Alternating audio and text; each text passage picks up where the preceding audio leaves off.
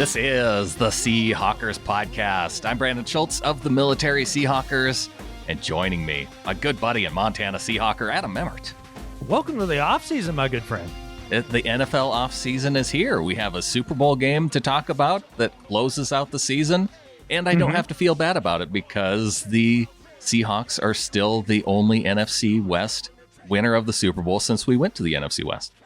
Absolutely. It feels great to see the Niners go down, especially in that fashion. That was a lot of fun. But you don't feel bad that Frank Clark has one more ring or has a ring now? He has with a ring Kansas now, City? I think that's okay. Yeah. Andy Reid has a ring now. That's kind of cool. Yeah, that feels about right. I mean, he should have one. Andy Heck, former offensive tackle for the Seahawks, has a ring now as the offensive line coach for the Chiefs. You know, you'd ask somebody if that would bother him, and I bet you the response would be, heck no. There's your dad joke for the offseason right there, folks. Yeah. The red team won the Super Bowl, just as I predicted. They sure did. Yes, exactly. But it was a fun game. I mean, at the end of the day, it was the back and forth, the clash of styles, the correct team won. At the end of the day, it was a lot of fun.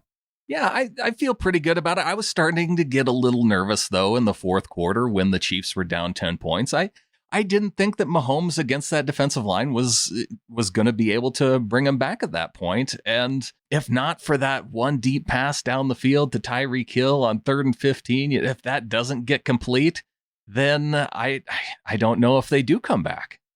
Yeah, it certainly was sketch there for a minute. And after that second pick, I was really starting to worry.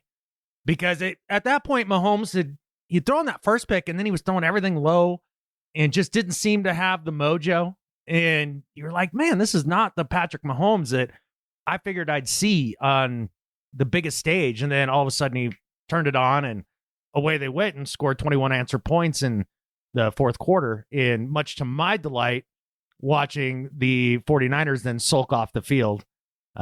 Big shout out to my dad, though, for this victory. He's a huge Chiefs fan, and it also happened to be his birthday. So that was a good birthday present. A good birthday present, 6 years removed from the time that the Seahawks won the Super Bowl. So it's kind of a nice little way that it lines up. He was 13 the last time the Chiefs won the Super Bowl. Yeah, I'm sure he remembers that day well, too. Nope. I don't even know if they had a TV then. I'm not even being facetious. Yeah, it's been a long time. Yeah. I'm happy for Chiefs fans. The weirdest thing that I didn't expect coming out of this, though, is taking a little bit of delight in how much shade is getting thrown Richard Sherman's way. And I didn't expect to like that. And I don't know if I'm not going to relish in it long term.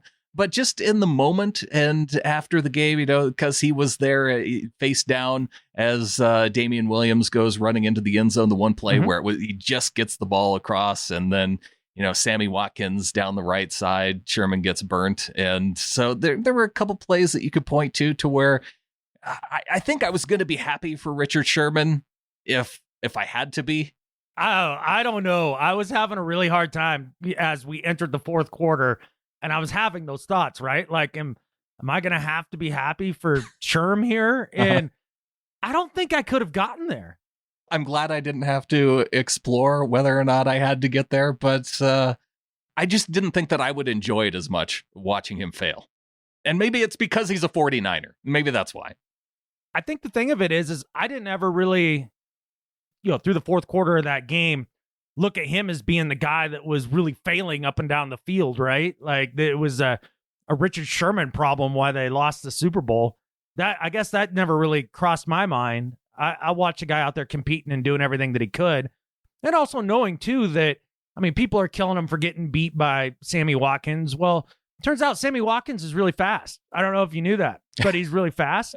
And at this stage in his career, having both Achilles surgically repaired and didn't he have a knee surgery somewhere in there too? Just this guy's been through the ringer. It's not like he's some spring chicken. This was just a bad matchup for him. Oh, yeah. He played well all year long, and you can't take that away from him. He had a great bounce back here. I think it would have been a bad matchup no matter which Kansas City Chiefs receiver you put on him between Tyreek Hill and Sammy Watkins. I think his best matchup in this game was lining up across from Travis Kelce. Yeah, that would make sense. I mean, honestly, with his strength, I think that actually matches up with Kelce the best. But yeah, it doesn't much matter which of these Chiefs receivers you match up with because they're all blazing quick. Yeah. So it's just not going to be a good match for him. And he tried his heart out to stop the Damian Williams touchdown there at the end. And you can't ask for more than that if you're a 49ers fan from Richard Sherman. It wasn't his fault.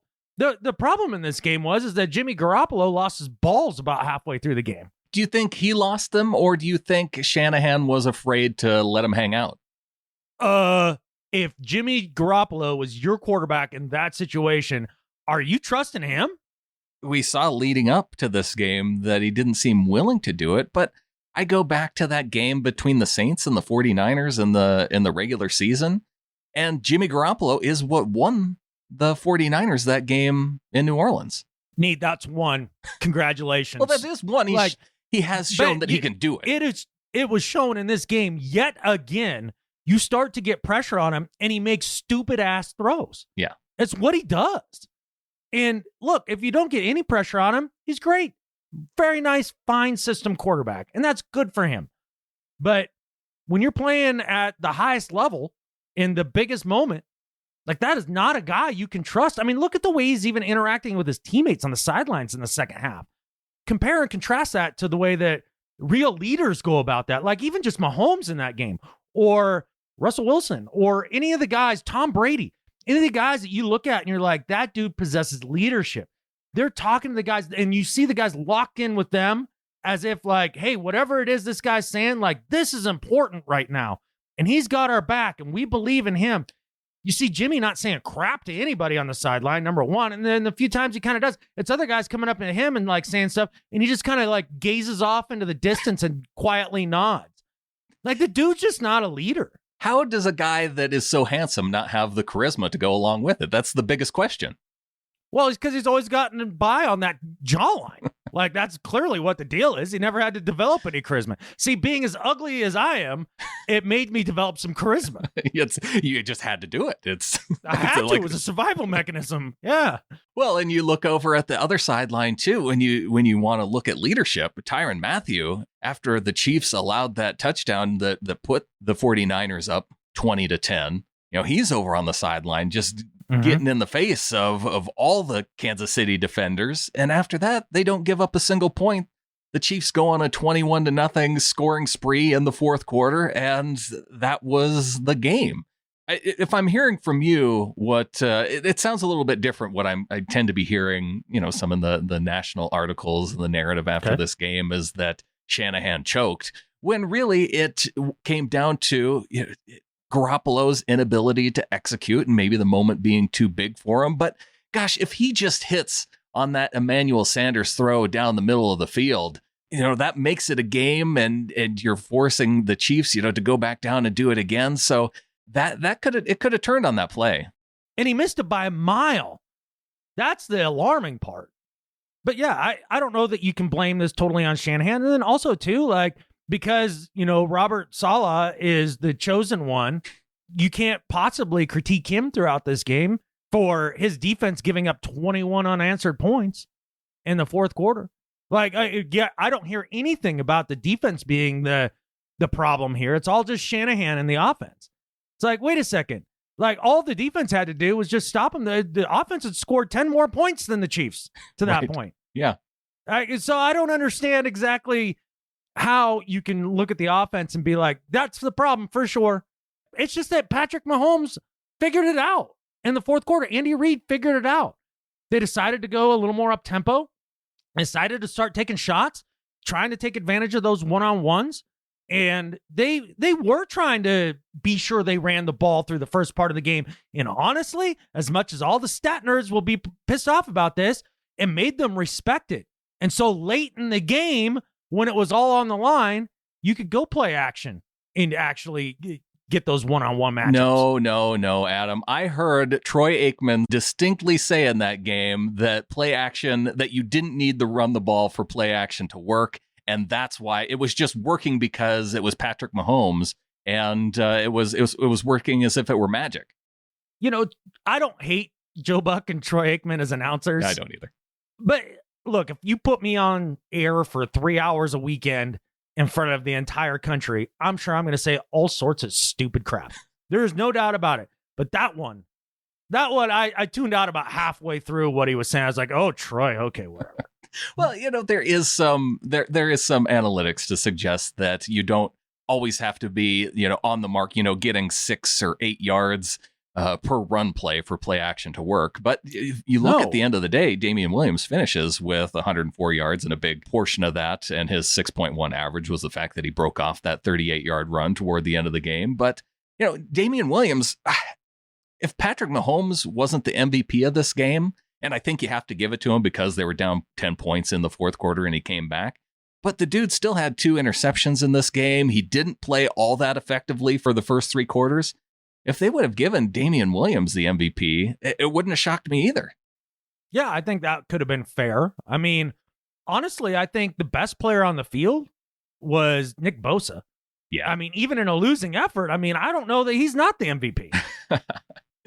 He was the best player on the field. Deebo Samuel, you could make a case for him for the first 3 quarters. I don't know why San Francisco did not get the ball to Samuel more in, the third and fourth quarter. Maybe the Chiefs were keyed in on that finally, but gosh, Samuel, with the way he was running the ball when they were giving it to him on the sweeps and getting him outside, 53 yards rushing. He broke Percy Harvin's Super Bowl record for rushing yards by a wide receiver. And, he looked pretty, they had him in the backfield looking to throw a pass at one point, and he ends up making the smart decision and tucking and running with it and still gets the first down. So you mentioned not getting Samuel the ball more. I wonder a bit about how is it that you don't get Mostert more touches? I mean, what was it, like halfway through the second quarter? Yeah. Where he finally got his first carry? What are we doing? Yeah. It was something like that. It was in the second quarter. I know that. Yeah, 12 carries, 58 yards for the guy who had 200 yards the last game against the Packers.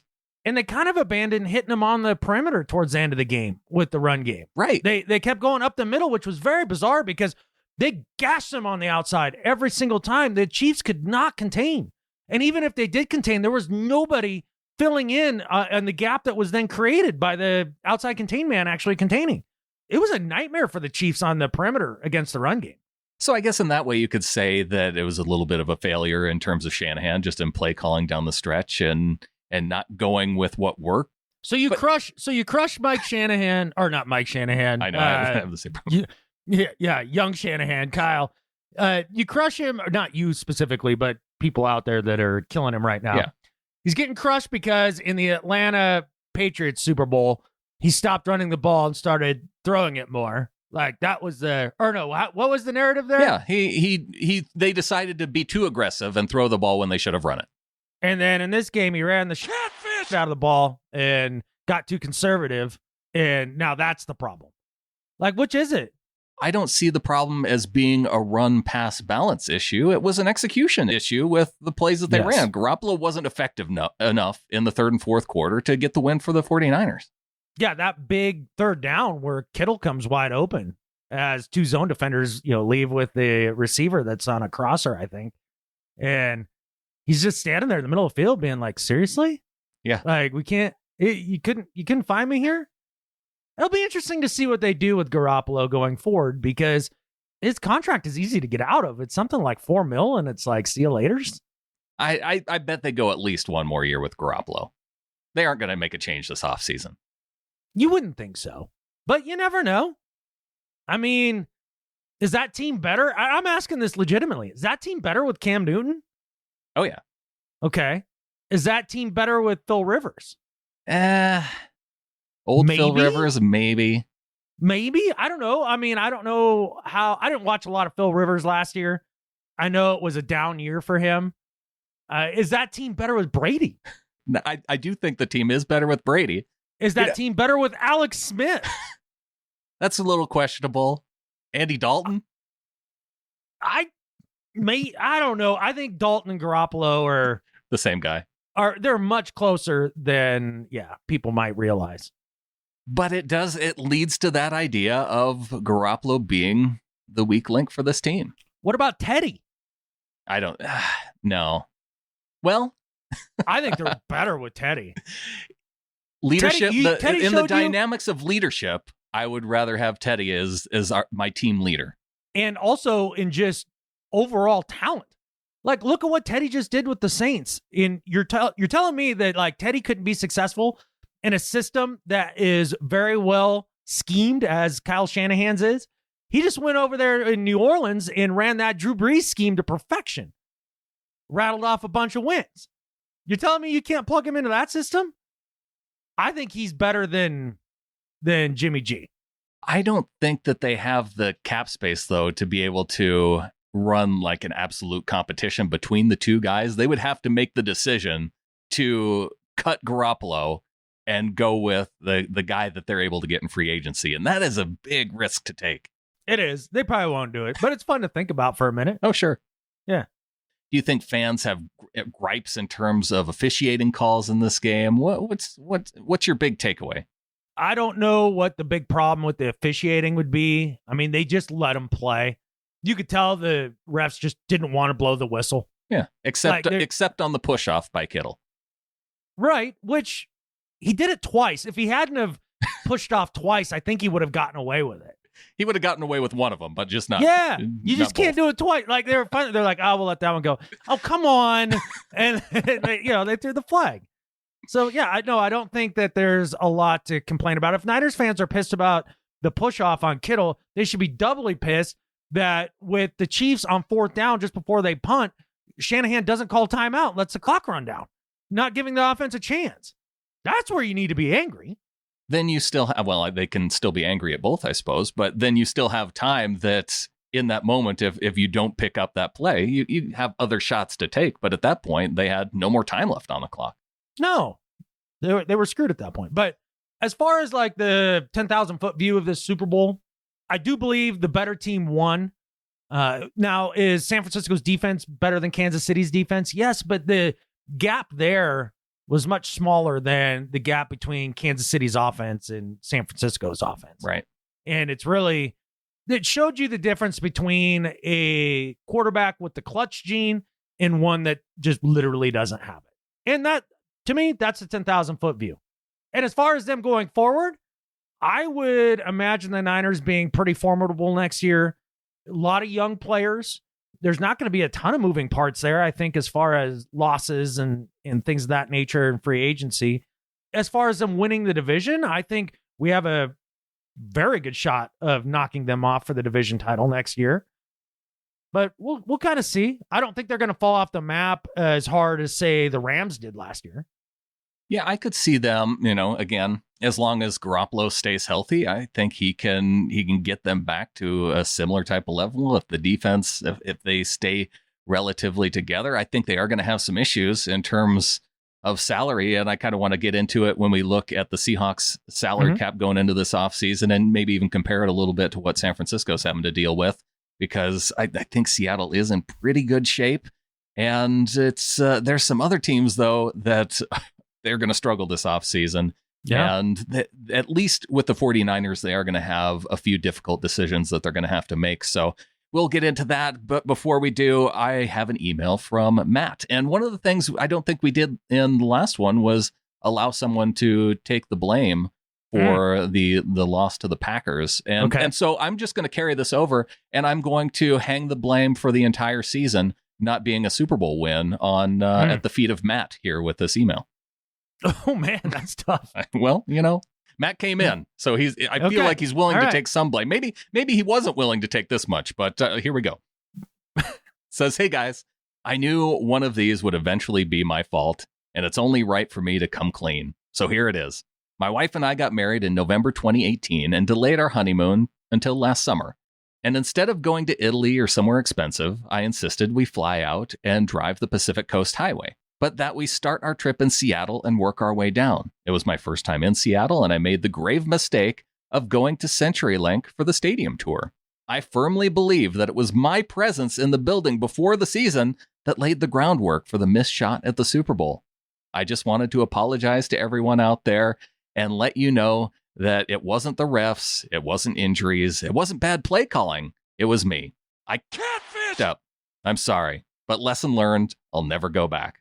That being said, what a fun season this was. It didn't end the way we wanted, but it was my personal favorite non-Super Bowl year so far. The team's energy and attitude kept me in it every single week, as did both of you. So thank you for another season of amazing coverage and dedication. Anyway, Catfish the 49ers. Go Hawks. Love, Matt. Go Hawks, Matt. And look, I don't know that it's fair for him to take the blame for this season in the sense that they kind of did exactly what we thought they would do.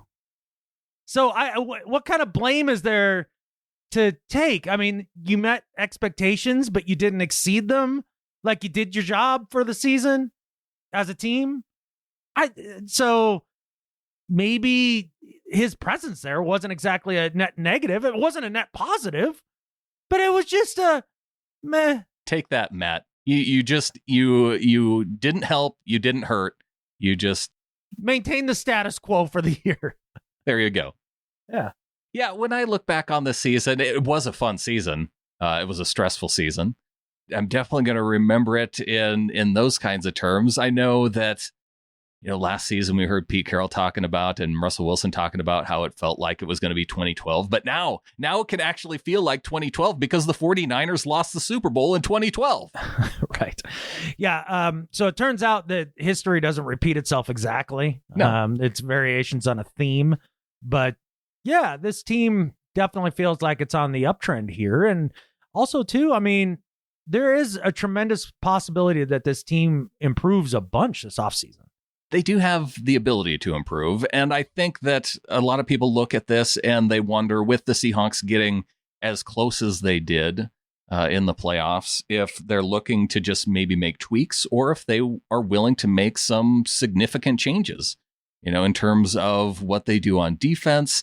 Could they change there? Could they make some big changes on offense in terms of the way they call their plays?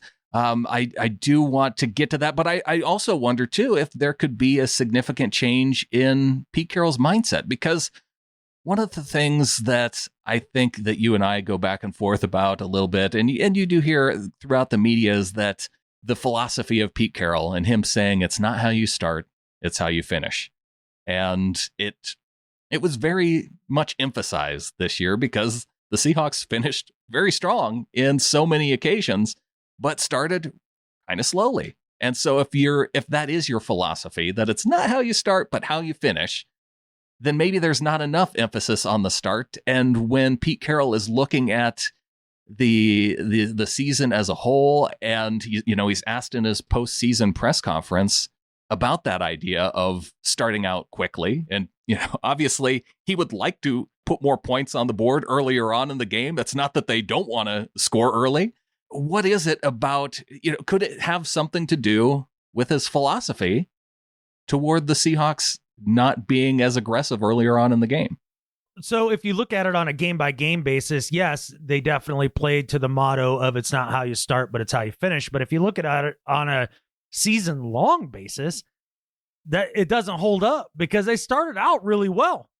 That's true. They lost 3 games in December and down the stretch. Right. And it wasn't until half of the roster had their bodies exploded, they really kind of limped through the last part of the season.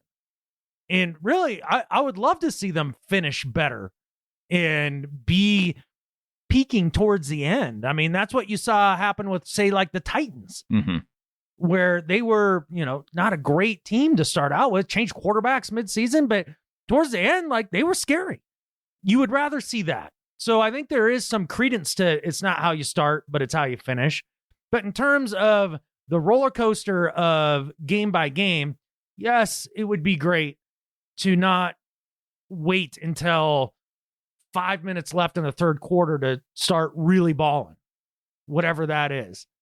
The reason why I think that we're struggling with coming up for an answer with it is because professionals like Pete Carroll, Russell Wilson, they see this problem too, and they don't know how to solve it either. So that's what it's just curious to me of whether it is a philosophical thing versus a play calling thing, a team identity thing. Because if it were an easy answer, they would have fixed it by now. Yeah, they could just score points in a lot of them every single quarter. Or at least just to start with, be more dominant in the first quarter, I guess. Well, so I was thinking about this a bit today and thinking about Schottenheimer's scheme and Pete Carroll's philosophy in comparison to, say, Shanahan's, right? And you've seen it all season with Shanahan, and you hear the announcers basically falling all over themselves in praise for Kyle Shanahan and all the motion and the trickery in the way he makes the runs look just like the passes, and he does it with all this motion and everything. And that is one way to go about it, as far as deceiving the defense, whether or not it's run pass. And then I thought, well, there's also another way that you do that as an offensive coordinator, is if all of your formations and those sort of things all look very basic and vanilla and the same, yet you run all sorts of different stuff out of them, right? So you still don't know what's coming if you're running the same basic formation out there every time. So what I think happens, and again, this was just a theory I came up with today. It may be complete catfish. I don't know. But I feel like when you're running a lot of trickery and the motion and things of that nature, it gets a defense off balance earlier in the game, whereas it takes longer for that kind of vanilla scheme to get guys off balance because, you run the ball. Then all of a sudden, by the time halfway through the third quarter, all of a sudden, you pop one over the top. They're like, wait, what? Yeah. And so it takes longer, I think, to trick the defense that way than maybe the way Shanahan's offense is set up now. That's just a wild hair theory. Take it or leave it, whatever you think. One of the statistics, though, that I feel has been going around recently is this one that says, 80% of the teams that have the lead by halftime is the team that ultimately wins the game. I would expect that to be true because the better teams probably are leading at halftime, because it would be obvious, right? If you're a better team in the first half, you're going to be a better team in the second half. It does leave, 20%, though, for the teams that are behind going into halftime. And, whether or not that's a big deficit or a small one, it's tough to. But I think people see that. And we've talked about the fact that I think under Pete Carroll, that the Seahawks are like 57-0 when they lead by 4 or more points at halftime. And you think, yeah, they should just look to have the lead going into the half. Yeah, maybe the new philosophy for the season should be it's not how you start the first half, it's how you end the first half. And always be dominant. How about that? Yeah, win it in the second quarter, right? Because if you think about it in terms of what makes a defense play better going down the stretch, I mean, there's a reason why 80% of the teams win when they have the lead at half is, look, when you're behind by, say, 2 scores in a football game, you do start throwing it more and you are more predictable. And the pass rush is able to just pin its ears back and come after you. And it's a lot less tiring to rush the passer than it is to be mauled by an offensive line and have it ran right down your throat. That's exhausting. So at the end of the day, the defense can play faster and stronger, and the opposing offense becomes more predictable if you have the lead going into the second half as desperation begins to set in. Sure. So that does make some sense. Well, one of the things I think Russell Wilson sees as a potential answer is something that we've heard from him in the past, and the idea of going to a more up-tempo style offense. Russell Wilson was on NBC Sports recently talking to Chris Sims and responding to one of these issues that we've been just discussing about Russell Wilson and starting the game slow.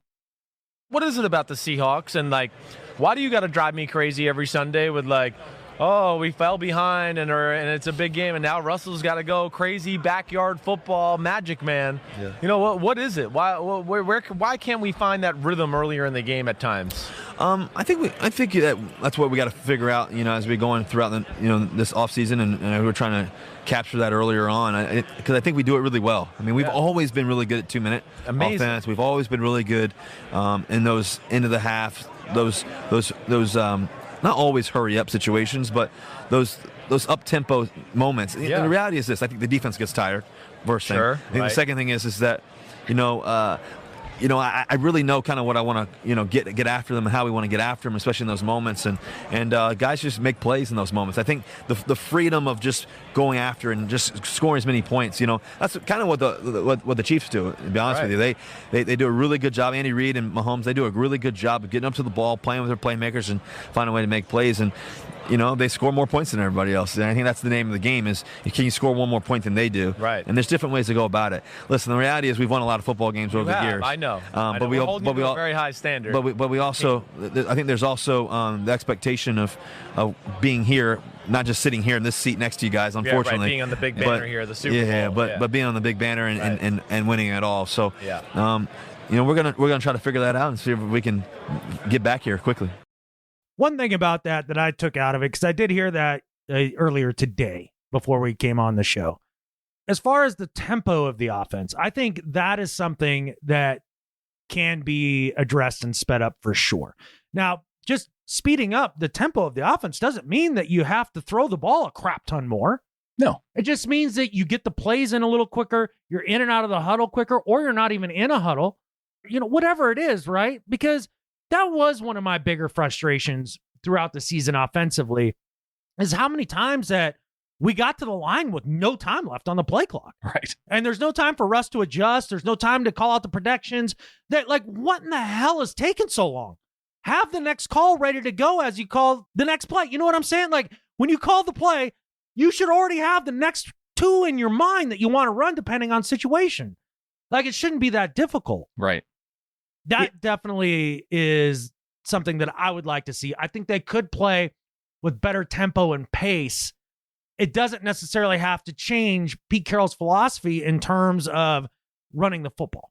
Like you said, you can still run the ball more. You can still take as much time off the clock too. But if you're getting up to the line quicker, I mean, how much did we see from the Rams, especially going back a couple of years? Everybody was talking about, the Rams are to the line and Sean McVay can still communicate with Jared Goff because they get up to the line with 20 seconds left. And, there's that 5-second cushion that he still has the ability to communicate with Goff before it turns off. So there is the ability to go up tempo. I think there's also the idea of passing more on first down. It couldn't hurt.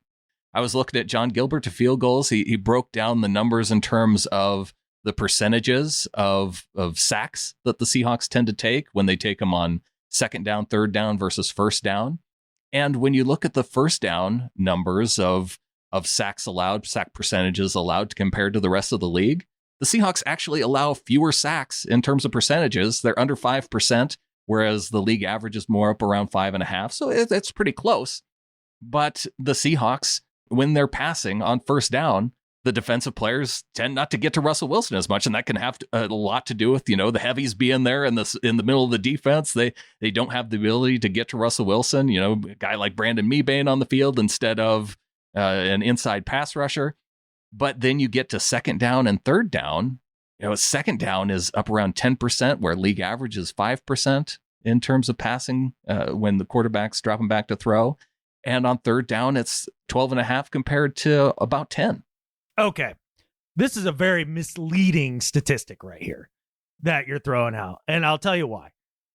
The reason why that they don't get sacked as much in the entire league the same way, by the way, on first down compared to third down, is that you don't know if on third down, you're more likely to be throwing the football than you're not because of third and long situations. It's just the way it is. Well, anytime it's over 3rd and 3, most teams are going to be throwing the football.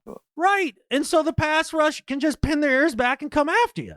So it's not surprising that a team gives up more sacks on third down than they do first down. Oh yeah, that's why it plays out that way. It's double exactly. First down. But here's the part about that's misleading. So when the defense knows that the Seahawks are passing on third down, he gets sacked a bunch, right? Yeah. So if you start passing more on first down and they're expecting that more, he's going to get sacked more. That's how it works. I'm not saying that you have to pass the ball on first down all the time. I'm talking about slight tweaks. Just like last year, at the end of last season, we talked about how the Seahawks had run the ball more than any team in the NFL. And that pendulum would start to swing back a little bit. This is a tweak that they could make to where Russell could throw a little bit more on first down than running on first down. Right. And I can be on board with that to a degree. I understand their propensity to run on first down, just the idea of staying on schedule.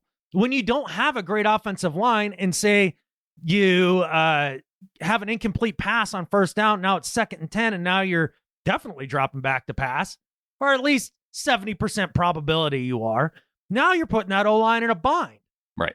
And when you don't have a great offensive line, that's something you're trying to protect. And so if you can get to 2nd down at 2nd and 6 rather than, 2nd and 10, now the defense has to respect both, and it gives your offensive line a chance. So I understand why they want to run the ball as much as they do on first down to stay on schedule. It does get a little predictive, though, and they do it a little too much. And I think you need to take a few more risks on first down. I would be with you on that. Yeah, that's all I'm saying. Be a little more, take a little more risk on first down. And I think that's just a tweak that I think that they can make going into this next year. And I think they could use a lot more motion. I think they could do a lot more RPO type things. Right. Like they just don't take advantage of Russell's mobility nearly enough. Just get him outside of the pocket even more. Get him moving where he's got a chance to pitch to two different dudes or, chuck it down the field Lamar Jackson style, right? Like, I would love to see the offense work more that way. Not because Russ can't handle drop back and pass, 5-step drop, go through your progressions. He can definitely do that. But boy, it gets the defense going side to side, and it puts a lot of pressure on him. I would just like to see that, especially with some more pre-snap motion, and not just Tyler Lockett running jet all the time. Right. Yeah, I think that another way that they could give him a check down option more often over the middle of the field, because now that we've seen him manipulate the pocket, step up into the pocket more this season than he had in the past, when you look back at the season, you hardly, now he did it from time to time, but compare it to last season, how many times did you see him running backwards and, doing multiple pirouettes in this season? Yeah. Compared to the previous seasons? No, he was a lot more often. He was stepping up into the pocket, and if you give him that check down guy over in the middle of the field to where once he steps up and he has that guy right there in front of him just to dump it off to, I could see that benefiting him rather Absolutely. than having to I run don't know. it and slide. Here's the thing, though, with the check down guy in the middle of the field, I'd rather have him be out on the edges, because when Russ does climb the pocket and get through, how many times do you see him step through the interior defensive lineman, and especially if it's man coverage and all the guys are running downfield with the receivers, their backs are to him, and now the seas have parted and he can run for 10 yards like it's nothing.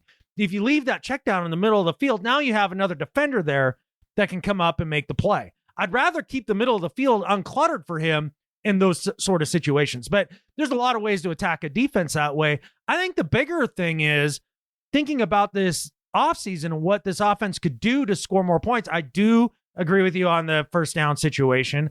I do agree we could play with more tempo. I do believe that we need 2 more weapons to throw to. And whether that's Hollister and Disley being out on the field at the same time and like actually being healthy throughout the year, or going out and picking up an Emmanuel Sanders type, mid-year or even this offseason. There is a crap ton of receivers out there that have talent, and they need to give Russ a few more weapons, because honestly, over the entire career of Russell Wilson, hasn't much mattered what kind of offensive line that he's played behind.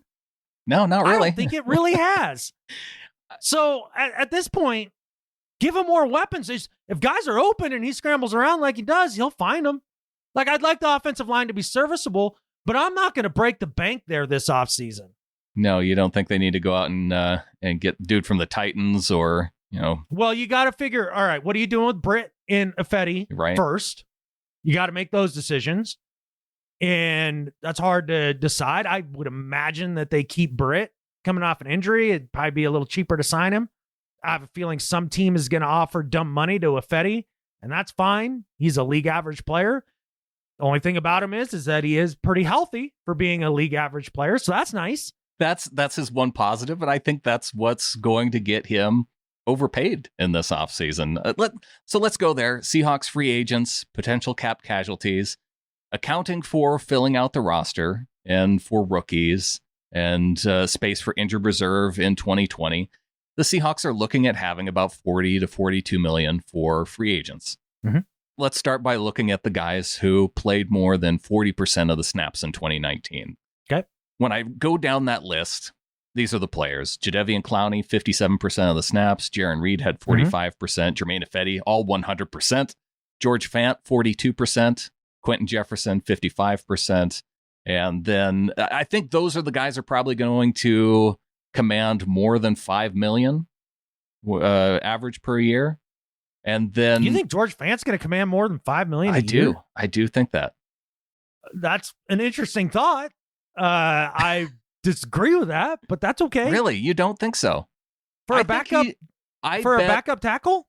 Yeah, I think that's the going rate for a backup tackle. It wouldn't shock me if left tackle. It wouldn't shock me if George Fant got offered, if he hits free agency, if he gets like a 2-year, $16 million deal. Wow. Wouldn't shock me. I would be stunned by that. Okay. Because if I'm the rest of the league, I'm looking at George Fant and looking at him as a gimmick player. Who would you rather have, though, to sign? Would you rather sign Jermaine Ifedi at 3 years, $39 million, $13 million per year, or George Fant for 2 years and 16? Well, it's almost easy. I guess I don't see him getting more than maybe 10 mil for 2 years. I don't know that there's any way that he gets as much as you're saying. 5 mil seems about like the ceiling a year for me for Fant. But whatever it is, let's say it's 5 to 8 million. Yes, I would much rather pay for George Fant than Ifedi because Fant's at least a league average player. And for that kind of cost, that's fine. That's cheap. And depending on how you do the deal, you might not take that big of a cap hit the first year. Let's play the same game with Reed and Clowney. Right. Well, they're different though. Yes, they are. I'm curious if we're talking about the same salary range. I'm wondering if Ifedi or Reed gets more this offseason. I bet you Reed gets a bunch of money somewhere, and somebody's going to overpay for one good season. They're going to do it. I'm looking at a lot of these guys, and I'm wondering who's going to stay. I'm kind of leaning toward Fant staying.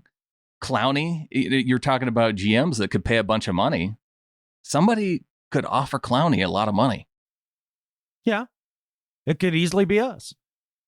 Look, you got to make some decisions on the defensive line because out of all the places on this team this offseason, the only one that I'm really all that interested in is what they do on the defensive line. Mm-hmm. Because if they can make some significant improvements there this offseason, this defense goes from being a liability to a very good one. What we got at safety, those are good players in McDougald and Diggs. What we're talking about at corner with Griffin, and I know Flowers will have a bounce back year next year. That's how the Seahawks corners work. That's how it goes. Yeah. And so I have no doubt in that. And then after watching Amadi this year, you've got your third down nickel corner, and he's a heck of a player. So I look at the secondary and go, wow, those are good players. I think Wags and KJ are still very good players. I mean, Wags for sure, and KJ is still a very good player. Mm-hmm. I mean, Wags is all pro, right? So, and then you fill in whoever at strong side. But really, the problem with this defense all season long was a defensive line, and that was whether it was against the run or generating pass rush. They couldn't do either. And that was the big problem. And that's why you saw the Seahawks play a lot of zone, and that's why you saw them give up all that dink and dunk crap and just get jellied all the way down the field. Defensive line is going to be the area of concern. And so I do want to focus on that maybe coming up in our next show. Maybe we can go out there and look at those defensive line guys that the Seahawks would need to go after to fill that out, because let's say they lose Clowney and they lose Jaron Reed. I mean, then you're looking at, maybe they can keep Quentin Jefferson because he might stick around. He might be part of that second wave of free agents if they aren't able to get him under contract ahead of time. I wouldn't think that they would offer him a contract before free agency starts, but he was, looking at the guys in terms of snap percentages, he was right there behind Clowney and how much he was on the field. Other guys who I think are probably on the low end and will last until the second, third waves of free agency. Michael Kendricks, he played 61% of the snaps. Mike Upati, who was 92% of the offensive snaps. And Al Woods, whether or not they would consider him coming back at about 33, 34 years old come next season. So then you look at the guys who were below 40%, relatively inconsequential, I think. Ziggy Ansah, Jerron Brown, Brandon Jackson, Akeem King. Maybe Brandon Jackson in there, somebody that interests you. I mean, he's fine. Look, but going back to the Clowney thing, just quickly, give me the reason to not pay Clowney. Injury concerns. Okay. Did he not play pretty much the full year this year? He played, I think, in 13 games. Yeah. And he has only had one 16-game season in his career through 6 years. Right. Is he a dominant player? Oh, absolutely. Okay. And that's been like year in and year out when he's on the field. Oh, yeah. Yeah. And really the first 2 years were his most hampered by injury. And then he's played 10 plus games each after that. But the reason why, you wouldn't give him, I don't know, like Aaron Donald money is because of injury concerns. And I wonder if another team will get Aaron Donald money on the open market. He's not Aaron Donald. Salary cap costs go up. Defensive end, pass rusher type players, their contracts go up year after year after year. Yeah, but here's another concern that I've heard people talk about as far as free agency goes this year, is that the CBA is coming up to be renegotiated. And some people believe that you're not going to be able to roll over cap space anymore from year to year like GMs do now. Oh, interesting. So if that's the case, then what are you doing sitting on cap space for the year? Yeah. Right? Oh, I think the Seahawks will use up all of theirs. Yeah. And so even if they do pay Clowney $25 million, I think that's probably going to be their one big free agent ad then, because you're talking about 25 of about 42 million, 17 million, and you still have to pay guys like, if you want Upati to stick around, if you want Al Woods to stick around, if you want to sign. I'm done with Al Woods. I don't even want to hear Al Woods' name for the rest of the offseason. Okay, I'm done. Goodbye, Al Woods. But I don't know if they could keep Clowney and Reed, or I don't care if they keep Reed one way or the other. Look, those interior defensive guys, I mean, there's the few special ones, right? As far as Aaron Donald and Watt and the few of the guys. And even Watt plays outside a bunch. But there's not that many of them. There's a bunch of dudes that come in and play really well up the middle. I mean, the Geno Atkins types, right? Like, I don't give a crap. Like, it's easy to find second-tier free agents on the defensive line. I mean, you watched Are you the Baltimore putting Geno Ravens Atkins in a second-tier free agent conversation? at this point in his career? Okay, maybe at this point. Yeah. I mean, look, the Ravens brought in Pecco late in the year, and he played great. He can be that clogger in the middle and just be a run stuffer. And that's all they need to do. They just need to find the best of the second-tier free agents, sign Clowney, and then hope LJ Collier progresses this next year and, take a swing on one of the pass rushers like they always do. Whether that's a Vic Beasley, which I don't think is a great idea. No. That Ogonkwe guy from Jacksonville might be. Yeah. There'll be something there. There's dudes out there, probably guys that they could try and get by with for just a year, maybe. But if they can find that right mixture this offseason, that takes his defense a long ways. And to Russell Wilson's point, the idea is all you have to do is score one more point than the opposition. Well, if your defense is markedly better, you don't have to score as many points. And it makes it a lot easier to win by that one more point. Let's look at some of the restricted free agents, though, because I think there's 3 names that are interesting to me. Jacob Hollister is going to be a restricted free agent. So if you want him to stick around, a lot of times they do that. If with guys who are undrafted free agents, you got to move them up to be second-round tendered players, which is a $3.3 million hit for Jacob Hollister. You think they do that? So it'd be that, or go after somebody like Greg Olsen, right? Who's coming into town? No thanks. Great career. Hell of a human being. Like him a lot. I don't need Ed Dixon 2.0. In fact, I think we're about to cut Ed Dixon in the segment coming up, but we'll stick with Hollister. Yeah, Hollister. You'd be okay with paying him 3.3. Maybe maybe they'd be able to sign him for a deal that brought him in under that. I don't know, in terms of a longer term contract. It's hard telling not knowing, that's for sure. Joey Hunt, he could be given an original round tender, $2.1 million. Okay, I don't know where he's at now as far as salary. He's on his rookie contract, and I think it's right around like $700,000. Okay. Yeah, maybe. I mean, a lot is going to depend on what you decide to do with Britt. And the reason why I single him out, too, is the fact that he played 55% of the snaps, Hollister 46%. The other restricted free agent who played enough snaps, 28%, David Moore. Yeah. I think I'm done with the David Moore experiment. Yeah. 2.1 million, a little steep. Well, I just heard, and I've just heard for years now about how electric he is with the ball in his hands in the open space, right? As if he's some sort of Deebo Samuel type. And I don't see it. He's not even close to Golden Tate at like his peak. I think Deebo Samuel and Golden Tate are pretty fair comparisons. Yeah. I think Deebo's actually a little better. Oh, yeah. Especially early in his career. Golden struggled his first year. Yeah, but he took a little while to get going. Right. But, similar play styles. I just think there's a lot better options out there at receiver around the league. There's no doubt in my mind.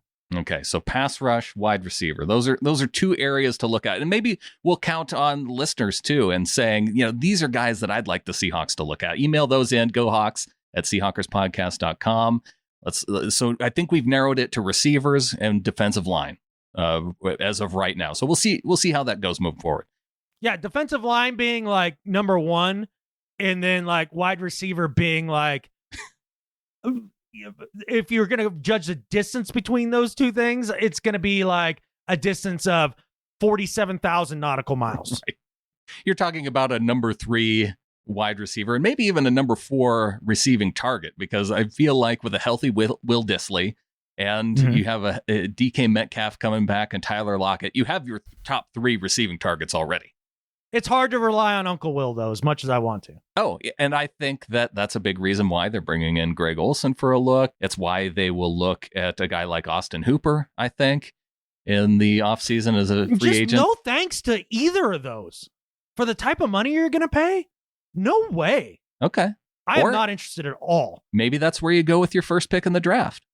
You could. That's fine, I guess, but just D-line. Well, and you can find guys like Will Dissly in the 4th and 5th round. Look, I just think that there's a good probability, just the way that math works, that you're going to get through a better health season with Dissly, Wilson, and Hollister than you did this year. It's got to start one of these years. You would hope so. Oh, maybe that's the other thing in the offseason that I want to see change. I want strength and conditioning completely reworked. This clown from USC that did this year, see you later. Yeah, with all the focus that they put on keeping players healthy and all of I'm sure there must be analytics that go into that too. I don't know. How is there not more attention put on that into finding the best ways to keep players healthy through a whole season? And especially with the youth movement on this team over the last 2 years, like, how is it that we got so much younger and still as injury riddled? Yeah. It doesn't make a lick of sense. Yeah. All right. Well, if we do want to expand the salary cap a little, we can start making some cuts here, Adam. You and I. Well, okay. We're going to decide the future fate of these particular Seahawks. And let's start off with looking at their cap savings versus their dead money, because a lot of these players, if you cut them, you do end up having to carry some of their money that was guaranteed early on with their contract. And we'll start with the guy who would actually give the Seahawks the most cap savings, but also the biggest dead money hit, I think, and that would be Dwayne Brown with $8.8 million. I'd go with Dwayne Brown for another year. Yeah. Okay, good. He was a Warrior this year. No argument for me. Absolutely. We'll keep him. Yeah. $8.8 million again. Only $3 million in dead money. Justin Britt. Yeah, that one is tough for me. I guess it would have to come down to how his knee's doing and how you feel about that. I like Britt. I like the toughness. I like his rapport with Russell Wilson. I don't know. That's a maybe. And maybe this is one that you look at and say a potential restructure, because remember, this is how Richard Sherman left Seattle. It's because he had an injury. He had money left on his deal. The Seahawks looked and thought, maybe we can, maybe this is time to get out of this big contract. Now, the interesting thing is that they didn't match it, apparently, when Sherman came back to him and said, hey, this is what the 49ers are going to give me. They chose not to match it, but I could see maybe them asking Justin Britt to take some kind of a pay cut or restructure going into this year. Yeah, it's possible. So yeah, I guess let me put a pin in Justin Britt for now. Okay. As I'm thinking about some of these other ones. Okay, next one up. I think this will be an easy decision. $7.8 million cap savings, $4.5 million in dead money. Tyler Lockett. Yeah, I think we're keeping Tyler. We're keeping Tyler. Okay, good. This one might be a little more difficult. $7.5 million cap savings, 2.5 dead money. KJ Wright. No, that's not difficult. I'm rolling with KJ for one more year. Okay. For sure. I could see them making a move on. The way they structured his contract, I could see them moving on from KJ this offseason. Look, and if they did, I would be bummed out, obviously, because I love KJ and he's a lifelong Seahawk and all that stuff. But I wouldn't be distraught in terms of what that would mean to the team. Yeah. And in terms of production, I think in leadership, it would be a big deal. But in terms of production, don't you think you could move Cody Barton over to that side and maybe be a little bit better off and find a guy who can actually set the edge at linebacker? You mean, I don't know, because now you're putting Cody Barton out on the edge again, and that makes me nervous. No, I mean not as the strong side linebacker. I mean as the weak side. I don't care. There's an edge on the weak side too, Brandon. Okay, it's just not as consequential. I feel like on the weak side. Well, you'd say that now. All right. Another easy one. $5.2 million cap savings, 0 dead money. Andre Diggs. Oh yeah, no, I'm keeping Q. No doubt about that. Now we're getting into significantly less money, but Bradley McDougall, $4.1 million, 1.3 cap dead money. Nope, keeping Bradley. Yep. I like the starting safety tandem. I really do. I do too. I think they and can then you have have some depth, and yeah. Mm-hmm. The one guy that I would consider getting rid of at safety is the guy in line for a bonus, and Tedrick Thompson's salary now coming up in 2020 is going to be $2.1 million and only $168,000 of dead money if you decide to cut him. Yeah, he gets cut. Ed Dickson, $3 million in cap savings, $900K of dead cap. Nice guy. Was a very, I wouldn't say super productive, but a very steady player throughout his career. His body's not into it anymore. Yeah. See you later. He had some good plays in 2018, but he missed out on essentially all of 2019. So would not be shocked. And then DJ Fluker, right guard, $3.7 million cap savings, only $500,000 in dead money if you cut him. How much was the cap savings again? $3.7 million. Nah, I'd keep DJ. So you pretty much kept everybody. Well, yeah. I guess it would come down to on the Brit thing if I could use that money to find a impact player on the defensive line. Right. Then I would probably cut Brit. Yeah, you saved about $2.4 million by cutting Ed Dickson. Oh, and another $2 million. So yeah, you picked up about $4.5 million between Ed Dickson and Tedrick Thompson. Is your list that different from mine? I would definitely look at the Justin Britt situation, and I think KJ Wright, you might even you would look at cut or restructure, I think, on both those guys. Okay. But yeah, as far as keeping Diggs around, keeping McDougall, and the only reason I left some of these names on here is just because of the large amount. And then all the other guys who make a large amount of money, it just didn't make sense to even put them on the list because you ended up paying more in dead money than it cost to keep them around. Right, exactly. And if there's some sort of locker room cancer, then fine. But I don't look at this team, though, and see any obvious locker room cancers.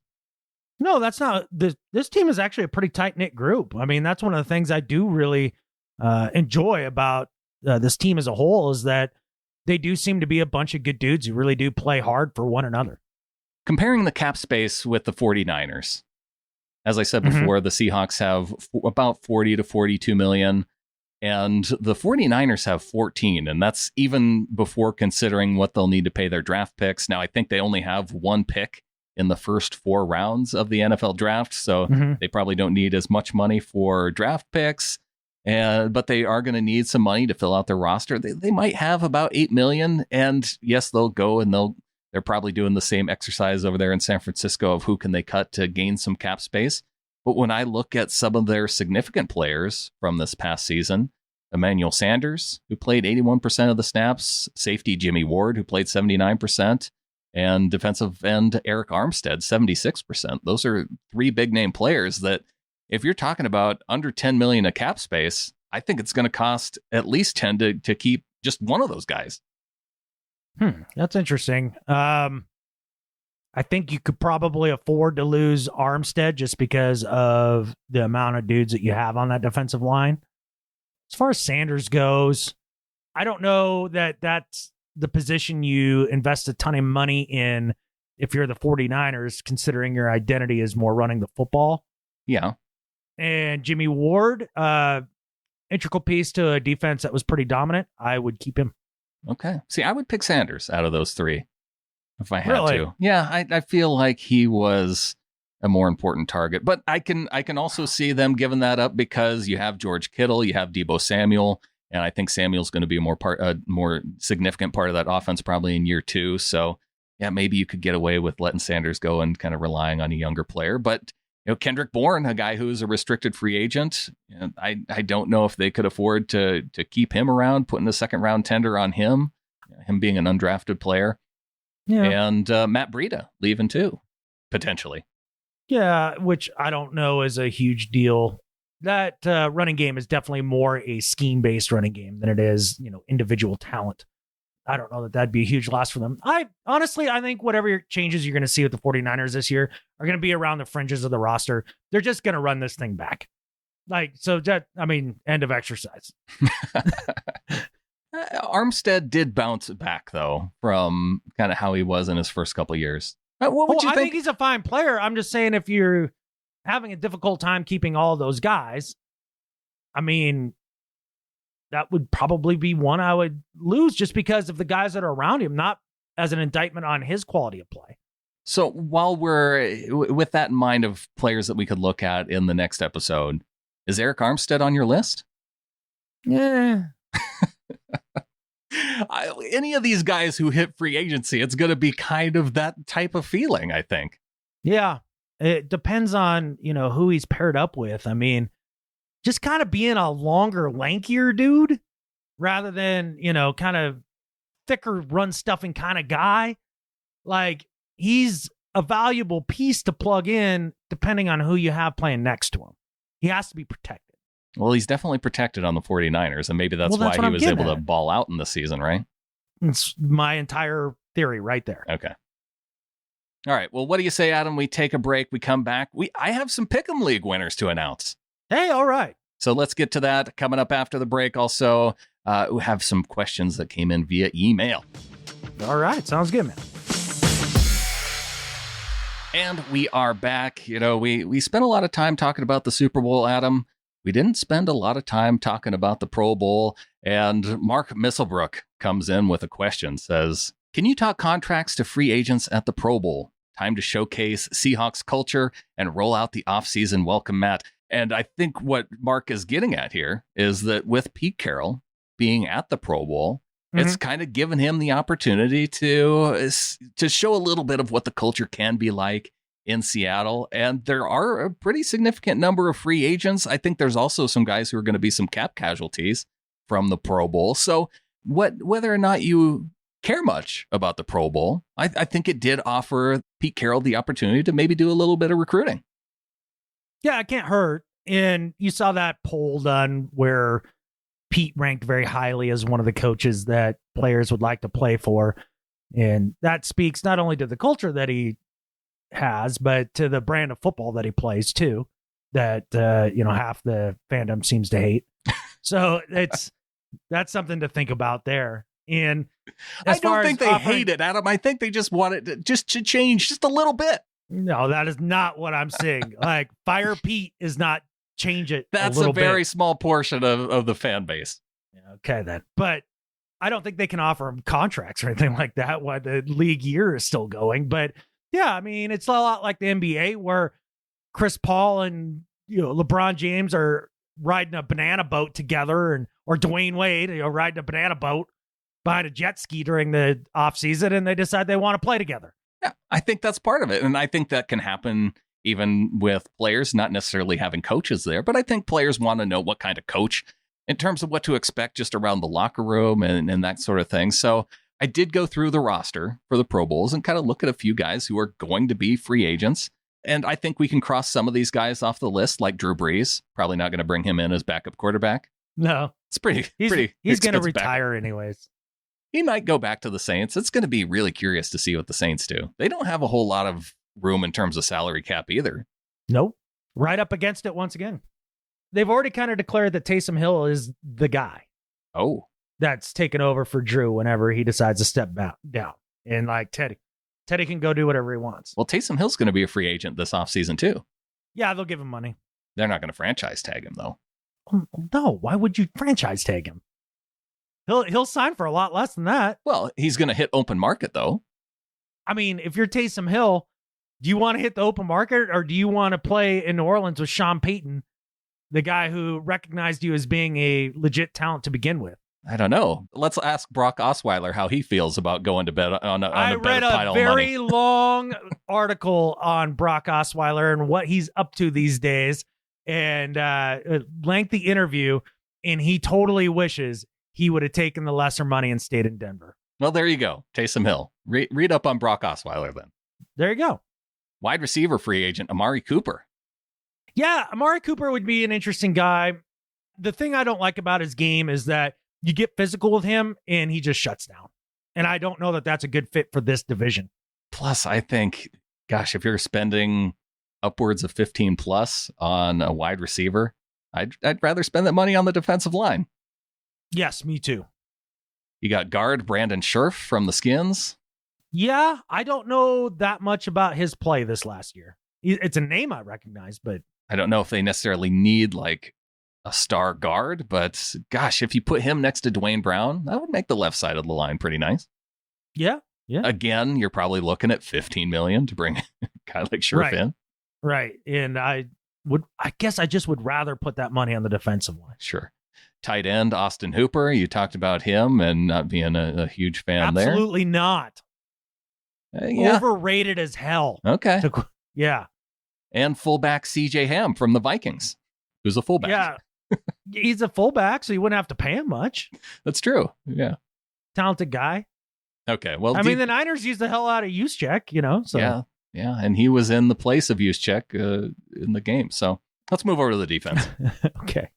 Everson Griffin was in this last game, and he's not a free agent, but he's actually not a free agent until 2023. But I look at the Vikings and their cap number. They're currently $12 million over the cap, team-wide, going into this next season. They are in the worst situation of all NFL teams. And since they guaranteed all of Cousins' contract, right? If they got rid of him, it's like all dead money. It's all dead money. $31 million of dead money if they get rid of Cousins. So that ain't happening. No, that's not how you can solve your salary cap issues if you're the Vikings. Oh, man. No, there's three guys who I look at as potential cap casualties for the Vikings, played in the Pro Bowl. That's Everson Griffin, defensive end, cornerback Xavier Rhodes, and safety Harrison Smith. They'll get rid of Rhodes for sure. Yes. They couldn't stand him last year. But I think with Rhodes and if you dump Griffin, I think that could at least get them to where they need to be going into the next season. Was Griffin the one that had like the mental breakdown last year or the year before? It was the year before. Yeah. But then I do like his play, man. Yeah. He's a hell of a ball player. Yeah. Yeah, depending on the number, man, I'd kick the tires there. There's no doubt. Yeah. Harrison Smith, you'd think they probably want to try and keep him. Yeah. But the other guy, Shaquille Barrett for the Bucks, they may franchise tag him. Yeah, maybe. And then the only other guy is Cordero Patterson, who's a special teamer more than anything. Yeah. And he's not even a free agent, but I put him down as a potential cap casualty because the Bears are right up against the cap too. Yeah, and they're going to need to clear some space to sign Cam Newton. You think that's where he's going? I don't know. Yeah. I guess a lot just depends on what his workout looks like in Carolina with that new coach there. Apparently they're having Matt Rule or whatever his name is, having a workout structured around Cam because he wants to get an idea of what he has there. But if I'm that young coach and I got that big ass long contract, I'm getting myself some picks. Oh, yeah. Yeah. Kuechly's gone. Greg Olson's gone. It feels like, why wouldn't you let Cam Newton go and really try and start from scratch, really? Almost. Yeah. So I could see the Bears trading for Cam. I don't know. They seem pretty stubborn about the Trubisky thing. So, Garoppolo would be an upgrade over Trubisky. Yeah. Yeah. Trubisky can run better, but Garoppolo is a better passer.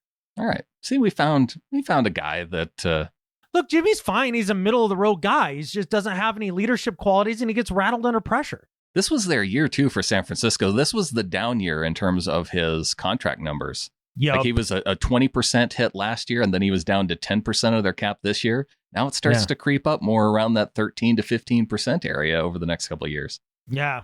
Yeah, it's true. All right. Pick'em League.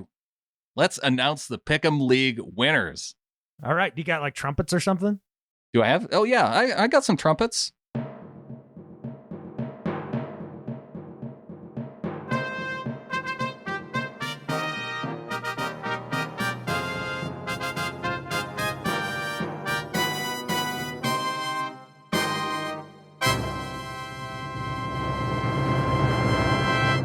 All right, so let's go to the top 10 of the Pick'em League. And before I get there, I do want to announce the winner of Group 4 because this was the group that missed the first week of the season. And Clemens Stoddard won the Group 4. So congratulations to Clemens. Yes, definitely congratulations there. I applaud all of you that made your picks week in and week out. It's hard to do.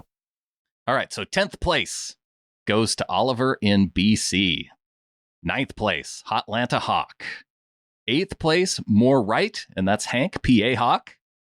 Run It Down Their Throats, Jay in 7th place. Fernando, there's a name we know, Seahawks MX in 6th place, down there in Mexico City. Quality Penetration, David.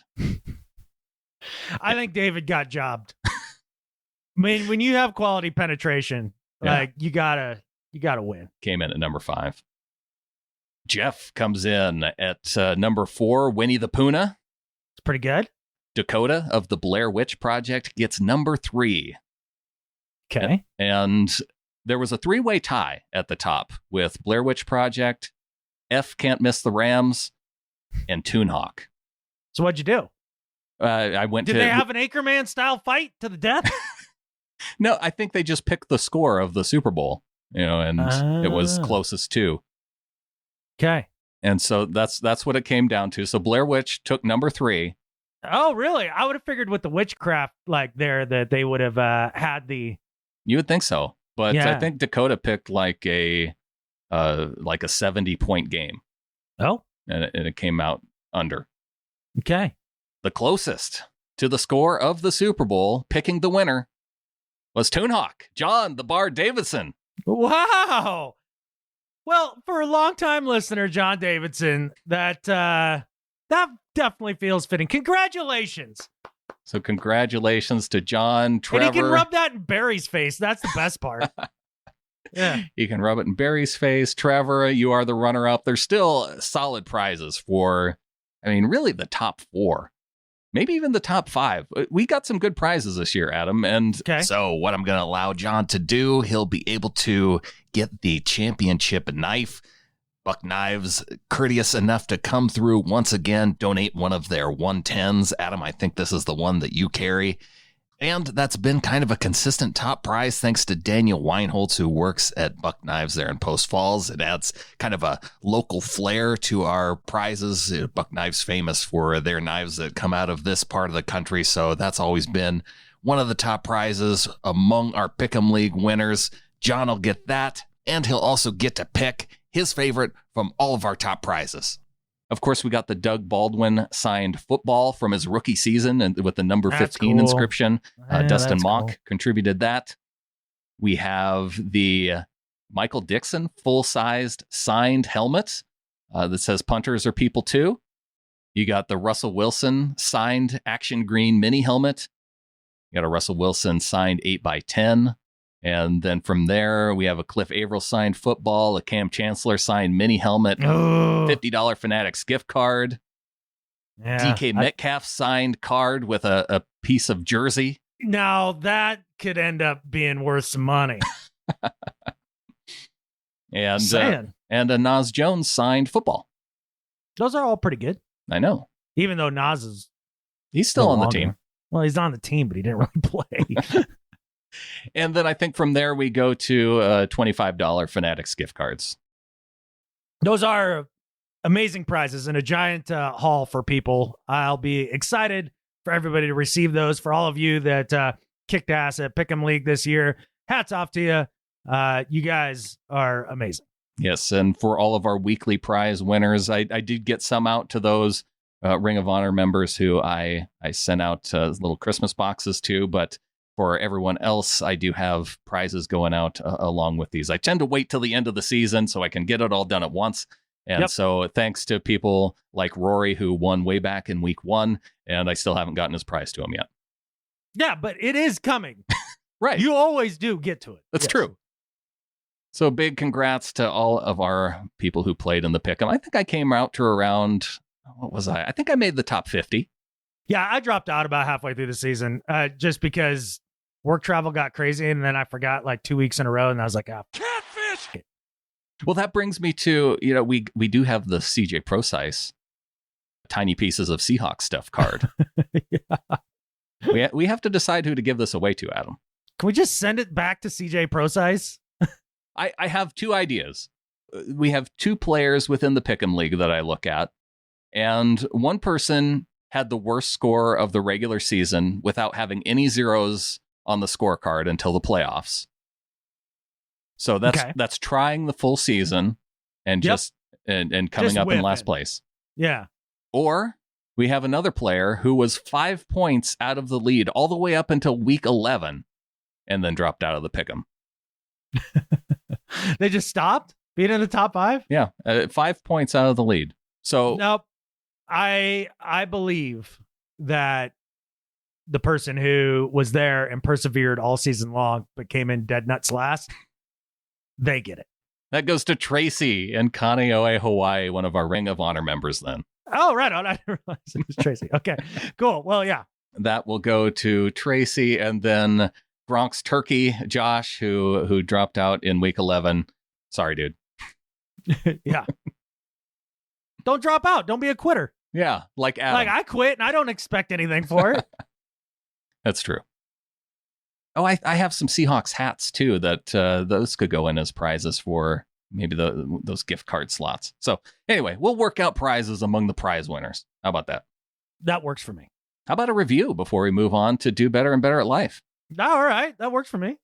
The review is from Jesse Jordan on Apple Podcasts. Says, can be fun, but Adam has really gone off the rails making up straw man arguments against the analytics crowd lately. I've had to turn off multiple episodes at the end of the 2019 season because he's just spewing nonsense. Brandon adds a reasonable approach. He's a good interviewer when they have guests, and his breakdowns of press conferences are excellent. Cool. Is this an example of a straw man argument against Adam's argument against the analytics? I'm just talking about the guys that are on Twitter that hate Pete Carroll and they use analytics to try to prove their point. I don't know that that's straw man.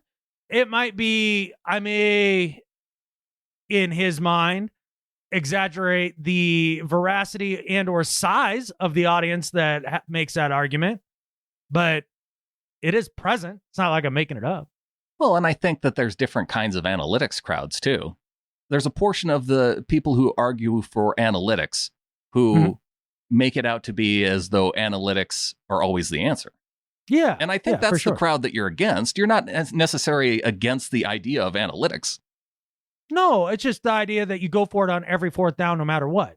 You know, that sort of stuff. Well, and that can be a philosophy, I think, in the regular season because you're trying to stack up wins in the regular season. But if you're trying to go game by game, I think analytics is still relatively new in terms of the scope of how it's used in the NFL. And so I don't think that you can, you don't have a sample size that's specific enough to be able to say in this particular situation, in this game, against this style of defense with these types of players, going for it is absolutely going to work. Correct. Or that going for it. So let's say you're a team that does go for it every single time, so that, defenses are prepared for you to go for it every single time. I'm not sure that the net outcome is going to be positive for your team. Like, that's just difficult to say. And I just think that unless you have the better team, unless you do have the more dominant team consistently. Maybe. But, there could be some that you don't convert that are in your own territory that turn out to be a real problem that you didn't convert there, right? Oh, yeah. And it costs you more than, say, missing one that's on the 50-yard line. So really, just at the end of the day, I guess my problem with it is I think out of all the major sports, that analytics has the hardest time matching up with football, and that people with situational football experience tend to make the best decisions in those situations as opposed to just going straight math. That's it. And could Pete Carroll be better? Because I feel like when he first came into the league out of college, because in college, Pete Carroll was all about going for it. And I think that played out in his first couple of years in Seattle too. And I think he's become more conservative as the years have gone on. And with the fact that the defense maybe wasn't as good as it was in previous years, I think that lends the Seahawks to not going for it as much, especially in the last couple of years. There's been multiple calls throughout this season, if you went back and listened to this podcast. Yeah. Over the season where we were like, what in the hell was Pete thinking? Why not go for it there? Right. Or don't go for it there, or whatever it was. I mean, there was I can't think of an example off the top of my head, but I know there were multiple times throughout the pod where like, what? Huh? Yeah. Some of the situational football stuff with Pete does make me scratch my head. That bothers me, honestly, more than his overall philosophy. And there were timeout issues throughout the season too. Yeah. Yeah. That, to me, that falls in the situational football category. Yeah. And that's not something that I think you could, that's not really an analytics argument, I guess. Well, maybe some people say cases. It is. Yeah. Yeah. When to take a timeout, when to not take one, I suppose. Yeah. Well, the show can be fun. Whatever, man. Like I'm not upset about that. I mean, geez Louise, like I don't particularly care for math nerds when it comes to my football. That's it. I think that's okay. And you know what? I think it's the problem with how you say that. You don't care for stubborn math nerds. Yeah. Okay. Yeah. There you go. See, I just need to help you massage your words a little better. Yeah. I'm not a word massager. Like, I just kind of go right at it. Yeah. That rubs people the wrong way. So there you go. That's fine. I never started this podcast to make everybody happy. Believe it or not. That's true. That's a good thing too. We would be. Oh yeah, totally. We'd be failing in the make everybody happy department. Oh, for sure. Oh, speaking of which, getintheflock.com. If we do make you happy. Yeah. Because we didn't have anybody over the last 2 weeks. Well, I think everybody's just kind of. It's the end of the season. Yeah, and it's just kind of sad. And you're just like, So I get it. I'm not going to lambaste anybody for not getting in the flock the last couple of weeks. Oh, no. But if you want to, getintheflock.com. Yeah. Check it out. Do it. One of our longtime members of the flock who just won the Pick'em League, the Bard, John Davison, comes in with an email. And this isn't to gloat because, of course, he doesn't know that he won yet. He says, "Hi, fellas. A couple of days in, and it's finally sunk in. We can whine about the injury list, but you have to get on with it, and so it proved to be a bridge too far. As someone who doesn't work anymore, I have an opinion on the Pete Carroll situation. Firstly, you cannot buy experience, and he has that. As for myself, I always was told by people, you would know when it's time to go. You know what? They were completely right, and I knew. So the point is, Pete will know too. How do you stand on the coach situation? I have seen Dave B's musings on this. If he went, they would promote from within or not, do you think? Doesn't matter how old you are, it's how good you are. The Bard from John." Well, we've touched on some of these subjects previously before reading this with John. But yeah, we did. But the interesting thing that jumps out at me, and listening to Pete Carroll's closing press conference for the season, the Seahawks have the oldest coach in the league, and yet not one reporter asked him if he's considered his future and how long he might want to still do this. Right. I've heard that. I heard that question posed to Andy Reid, but not Pete Carroll. Well, you'd like to go out on top. So, I mean, there's a thought there. But if you have the Mahomes as your quarterback, you're you're going to roll the dice on that for a couple more years, see if you can't stack up a couple rings. But yeah, as far as Pete goes and people asking about retirement, it's been made pretty clear that that's not in his mind right now. And he feels like he has a lot left to give to the game, and he feels like he has a team on the rise. And he obviously feels like he has one of the best 3 quarterbacks in the game. Why retire? Yeah, I don't see him going anywhere. And you're right. I think we did cover how we feel about this a little bit in the last episode too. I think it would be more obvious if it was time for Pete to move on. I am curious though. I think if he were to go, would they promote from within? I don't know. I don't think so. I don't see a guy who I see as the next coach of the Seahawks on the staff at this point.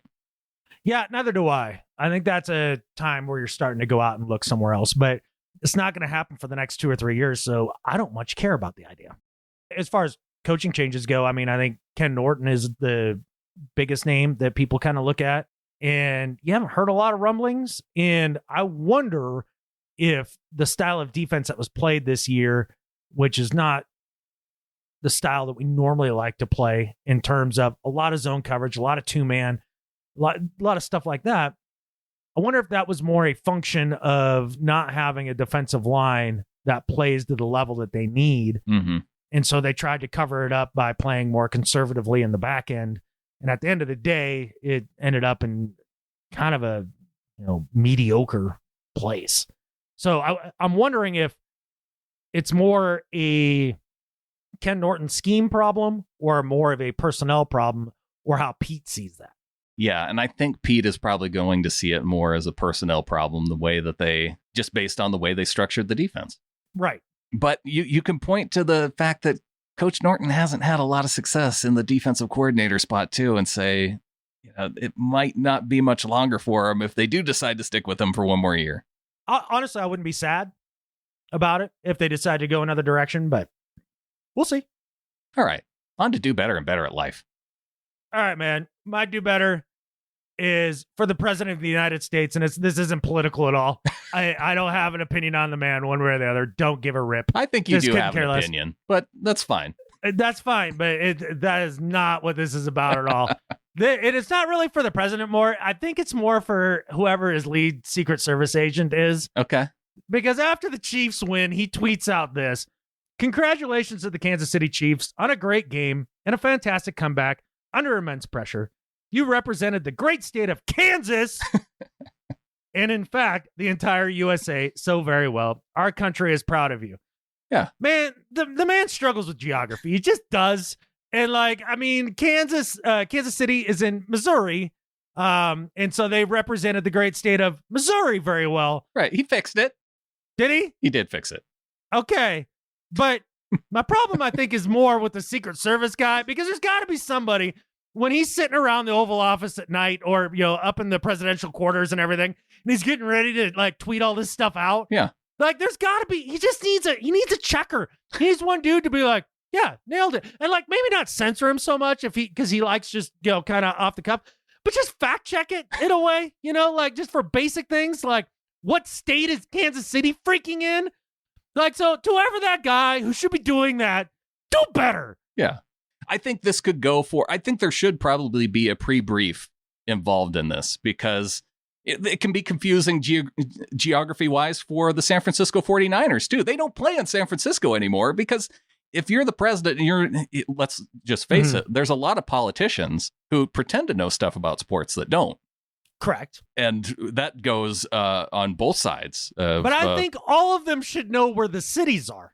Oh, sure. And I think like there the is major ones. I think there is a portion of Kansas City that's in Kansas. It's just that I know, but you get what I'm saying. I do. I get that, that's a relatively honest mistake to make.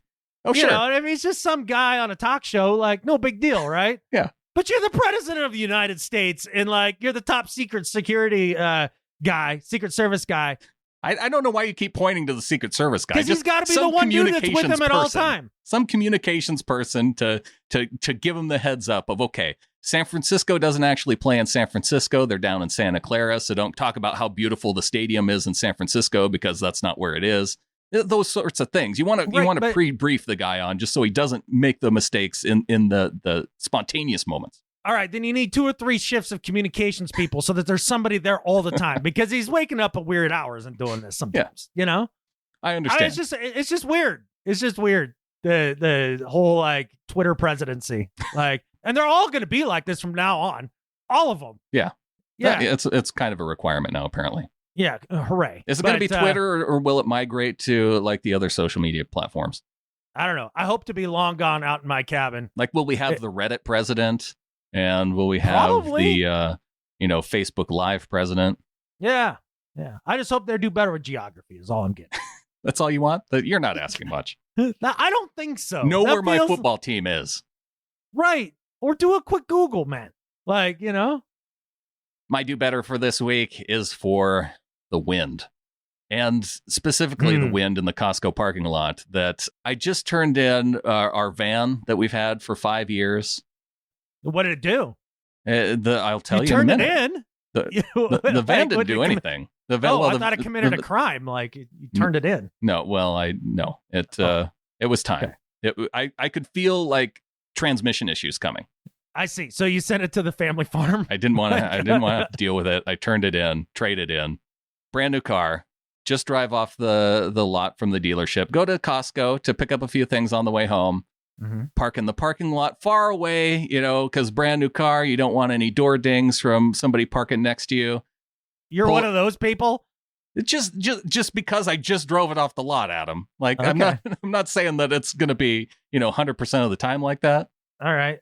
But we get into the parking lot, pull in, park the car, and before we even have a chance to get out, just wham.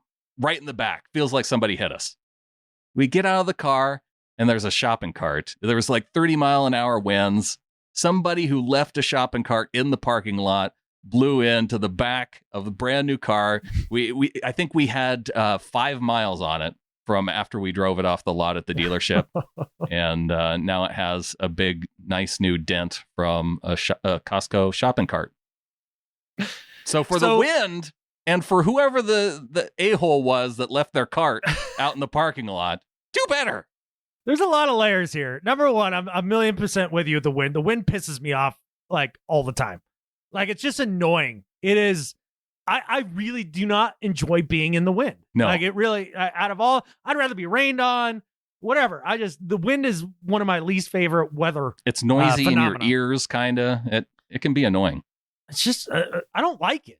So, number one, I'm with you on the wind. But number two, what I'm getting out of this, if you would have parked amongst all the other cars, you would have been protected by all the other cars. Probably. And that car probably would have hit someone else. So, that's something to think about. Like parking out in the middle of the PFE to protect the new car isn't the soundest of strategies. And I have a particular problem with this because my ex-wife and her family are freaking weird about this sort of thing. And I don't know how many times we spent hours searching for a freaking parking spot because they were so afraid of getting a door ding and then take up 2 spots like a gigantic a-hole, like, that sort of thing. Yeah. So I kind of loathe that behavior. Well, you don't really have to worry about it in Costco because Costco gives you those nice wide parking spots. Oh, yeah, because it's full America. Yeah. Well, and they know that you're going to have to load a bunch of stuff into your car and that if you're loading it in on the side, you need space to open your doors. Yeah, you're loading things in bulk into your car. Yeah, right. It's a very American thing, this Costco thing. But like the a-hole that did leave the cart out there, that's the last layer of this. Giant a-hole. Like, just, it's not hard. Put your cart away. I've never understood that behavior. It's unless you have some sort of physical disability where it's like legitimately hard to do that and you just can't walk that far. Okay, I got you. You can pull your car up in front of the Costco too. They're okay with that. Well, absolutely. Or if you're just a bystander and you see some old person that looks like it's going to be tough for them to get their cart back to the cart return, just grab it for them on your way in. It's pretty easy. It is easy. Yeah. So that sort of thing is deplorable. So yeah, this is a very messy do better for you. There's a lot going on. I'm glad you broke down every layer of it though. Again, this is the most important. I probably built a straw man argument against the win there. That's probably what happened. Yeah. You and your straw man arguments. Yep. Yeah. On to Better at Life. My Better at Life this week is for my middle child for making her 4th grade spelling bee going up against the 5th graders. She was top 3 in her class. Wow. At spelling. She wasn't the first one out. She actually finished tied in 3rd place for her entire school. So I'm giving some props to one of my daughters and for making the school spelling bee. Didn't quite get to the end, but gosh, to be up there at top 3 in the entire school, my daughter, better at life than Skip Bayless. So a podium finish amongst the entire school only being a 4th grader. Yeah. Well, it goes up to 5th grade, but yeah, top 3 in her class going up against the top 3 in the 5th grade. And she went out on the same round as 2 of the 5th graders. What was the word that knocked her out? Because I promise you, I can't spell. Oh my gosh. You know what? I was so pissed. And I'm sure like all the other parents who were there were like mad at my wife and I because we would scoff at because were the obnoxious sports parent at a spelling bee? Yes, we were because okay. All right. The first round, I think she got a word. Well, she nailed the first word. And then in this, I can't remember if it was the second round or the 3rd round, but I do remember 2 specific words that I had no idea on how to spell them. The first one was cantata, which is like Hakuna Cantata. Yeah. What is that word? It's a piece of music. Okay, then. Yeah. All right. I can't. Not only do I not know how to spell that word, yeah, I didn't even know it existed. So that's how much smarter. That was my exact reaction too. And the 5th grader on the end gets the word newlywed in that same round. I know that word. It's a word I will never experience again.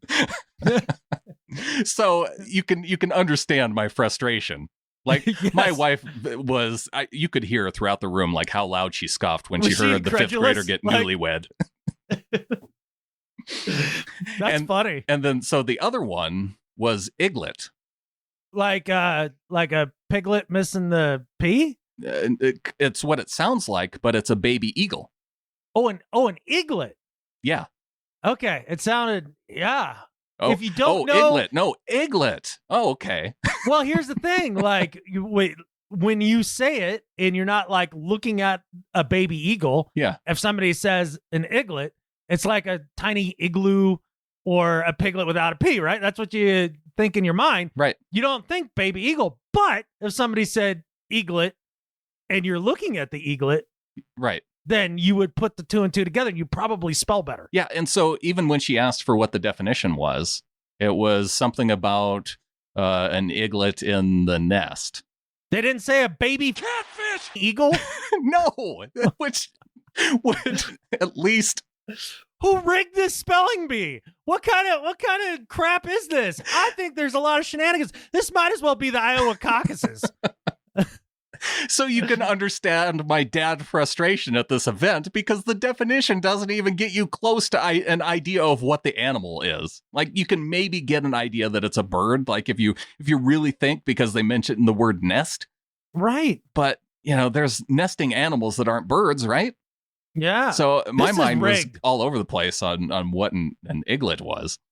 Yeah. See, like there is a difference between like eaglet and eaglet. Right? Yeah, and they definitely did not say eaglet. Oh. Because I don't know if that's the actual pronunciation, but that's how. Well, it is now. Catfish! Damn it! I'd have been outraged. I definitely would. Okay, good. So I'm not just being proud dad here. This is a legitimate outrage. I think you guys got hosed. I think the whole thing was rigged. Yeah.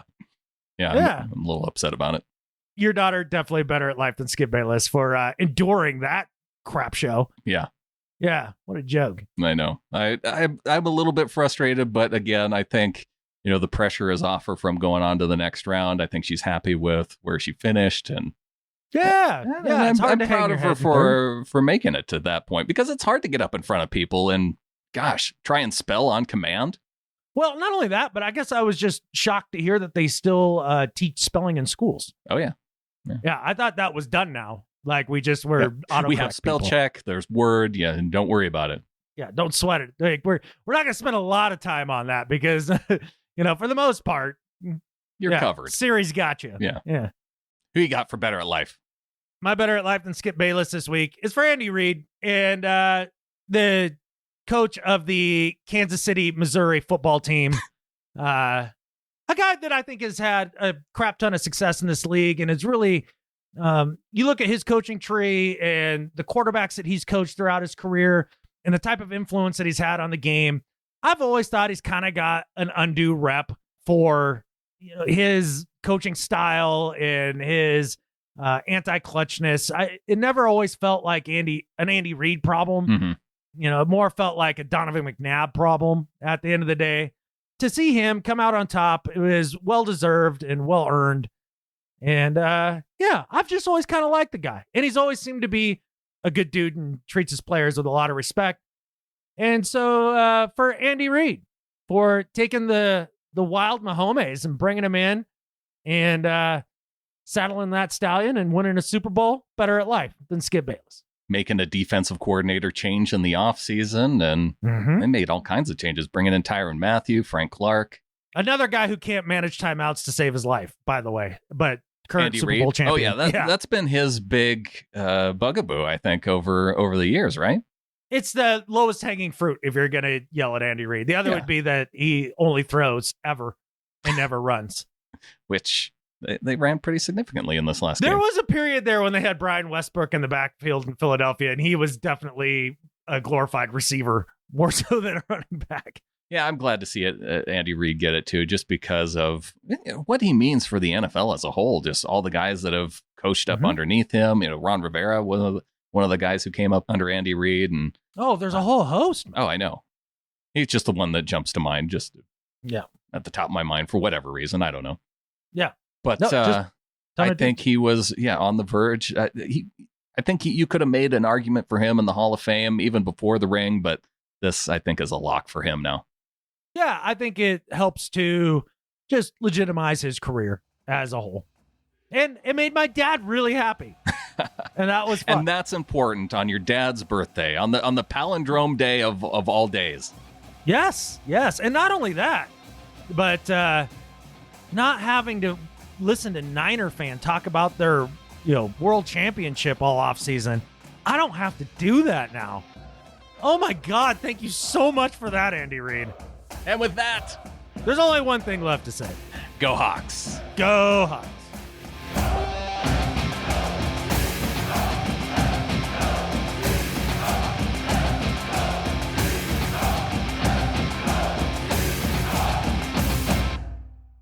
Let's announce the Pick'em League winners. All right. You got like trumpets or something? Well, we got one winner, but oh, okay. Do I have? Oh yeah, I got some trumpets. Not here, but I can put them in post. So wait, you'll insert him right here. Put a little marker. There we go. Right there. Yay! All right.